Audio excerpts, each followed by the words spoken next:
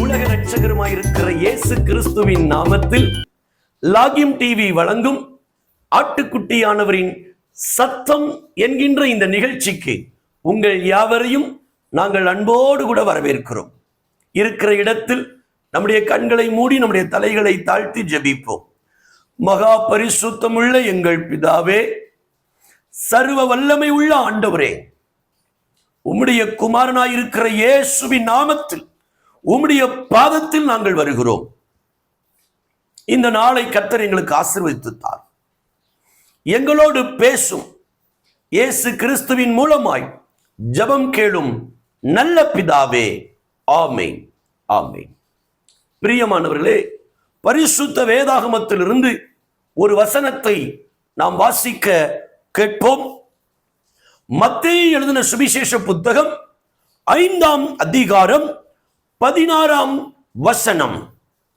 இவ்விதமாய் மனுஷர் உங்கள் நற்கிரியைகளை கண்டு பரலோகத்தில் இருக்கிற உங்கள் பிதாவை மகிமைப்படுத்தும்படி உங்கள் வெளிச்சம் அவர்கள் முன்பாக பிரகாசிக்க கடவது.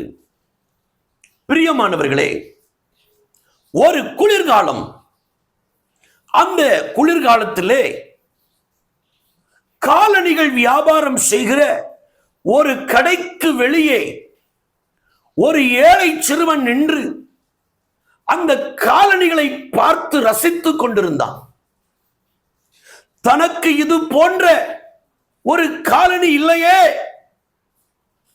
ஆண்டவரே எனக்கு ஒரு நல்ல காலணியை தாரும் என்று அவன் ஜெபித்துக் கொண்டிருந்தான். அவன் அப்படி ஜெபித்துக் கொண்டிருக்கும் போது அவனுடைய முதுகில் யாரோ ஒருவர் கை வைப்பது போல் அவனுக்கு தெரிந்தது. திரும்பி பார்த்தபோது சிரித்த முகத்தோடு, நீ இங்கு என்ன பண்ணுகிறாய், எதை பார்த்து கொண்டிருக்கிறாய் என்று சொன்னபோது அவன் சொன்னான், அந்த கண்ணாடியின் உயரத்தில் இருக்கிற அந்த அழகான காலணி என் காலுக்கு மிகவும் நன்றாயிருக்கும். அதை நான் பார்த்து கொண்டு நான் ஆண்டவரிடத்தில் ஜெபம் பண்ணி கொண்டிருக்கிறேன் என்று சொன்னான். அப்பொழுது அந்த நபர் அவன் கைகளை பிடித்து அந்த கடைக்குள் அவனை அழைத்து சென்றான். தூசிகள் படிந்த அவனுடைய கால்களை ஒரு துணியை வைத்து சுத்தம் செய்தார். அவன் விரும்பின அந்த காலணியை அவன் கால்களில் போட்டு அங்கும் இங்கும் நடக்கும்படி அவனுக்கு சொன்னார். அவர் ஒரு வார்த்தையை நினைத்தார். நான் யார் என்று உனக்கு தெரியுமா என்ற ஒரு கேள்வியை அவனிடத்தில் கேட்டார். அவர் நினைத்தது, நான் இந்த கடையின் உரிமையாளர் என்று அந்த சிறுவன் சொல்லுவான் என்று. ஆனால் அவர் சொன்னார், நீங்கள் கடவுள் என்றார். அவருக்கு அதிர்ச்சியாகி போனது. நான் எப்படி கடவுளாக முடியும் என்ற போது, நான் கடவுளிடம் ஜெபித்துக் கொண்டிருந்தேன்.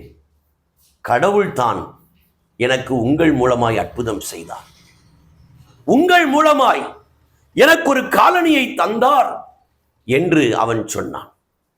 ஆம், எனக்கு அன்பானவர்களே, இன்றைக்கு நாமும் மற்றவர்களுக்கு ஆண்டவரை ஆராதிக்கிற, ஆண்டவரை தேடுகிற, ஆண்டவரை சேவிக்கிற நாம் மற்றவர்களுக்கு ஆண்டவரை போல தென்பட ஆண்டவர் நமக்கு உதவி செய்வாராக. அல்லேலூயா. அப்படி நாம் தென்படும் போது அநேகர் ஆண்டவரை அறிந்து கொள்வார்கள். உங்களில் எத்தனை பேர் அந்த சிறுவன் அந்த மனிதனை பார்த்து சொன்னான், நீங்கள் கடவுள் என்று சொன்னால், நான் ஜெபித்துக் கொண்டிருந்தேன், என் ஜெபத்தை கேட்டு எனக்கு உதவி செய்தார் என்று சொன்னான். நாம் யாரும் கடவுளை நேரில் பார்த்ததில்லை. ஆனால் அவன் அந்த மனிதனை கடவுள் என்று சொல்லுகிற அளவிற்கு அவருடைய அன்பான நடக்கைகளும் அவருடைய கனிவான உபசரிப்பும் அவன் தேவையை பூர்த்தி செய்வதுமாக அவன் வாழ்க்கையிலே வெளிப்பட்டார்.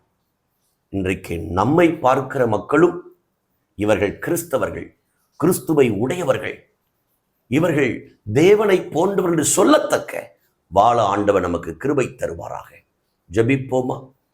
நல்ல ஆண்டவரே, அந்த சிறுவன் அந்த கடைக்காரரை பார்த்து சொன்ன ஒரு வார்த்தை, நீங்கள் கடவுள், கடவுள் அன்புள்ளவர், கடவுள் ஜெபத்தை கேட்பவர், கடவுள் உதவி செய்பவர்.